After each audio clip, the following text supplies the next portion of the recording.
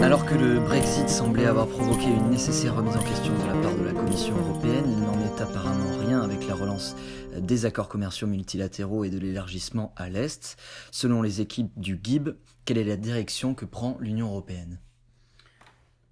Oui, ce qui se passe en ce moment du côté de la Commission européenne est un petit peu décevant. On avait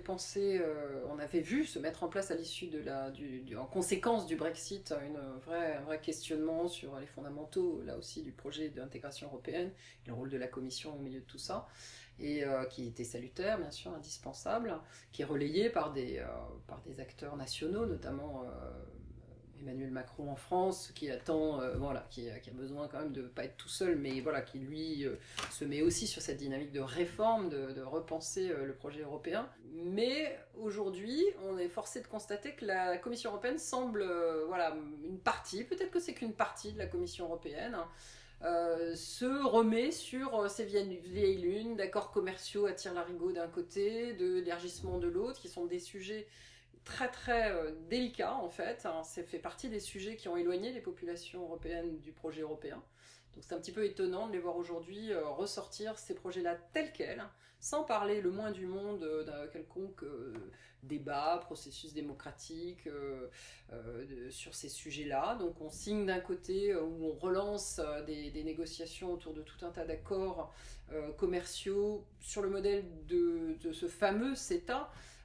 qui a fait tant couler d'encre à l'époque et donc qui pose vraiment problème dans l'opinion publique. Là, on va faire le même avec le Japon. On lance des négociations avec l'Australie, la Nouvelle-Zélande. Au passage, on peut remarquer qu'il s'agit de pays qui font vraiment partie classiquement ce camp occidental, ce qui fait qu'en plus, ça envoie un signal assez négatif sur la prise en compte des nouvelles réalités géopolitiques de la part de la Commission européenne. Donc ça nous paraît vraiment assez étonnant, quoi, cette